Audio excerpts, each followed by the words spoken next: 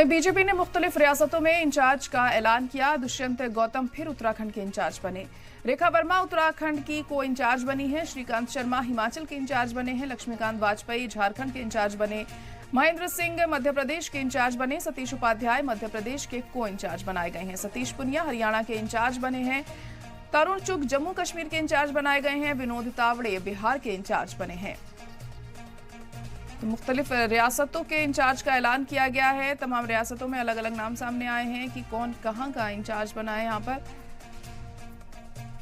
दुष्यंत गौतम फिर से उत्तराखंड के इंचार्ज बनाए गए हैं। रेखा वर्मा उत्तराखंड की को इंचार्ज बनी है। श्रीकांत शर्मा को हिमाचल का इंचार्ज बनाया गया। लक्ष्मीकांत वाजपेयी झारखंड के इंचार्ज बने हैं। वहीं महेंद्र सिंह मध्य प्रदेश के इंचार्ज बनाए गए।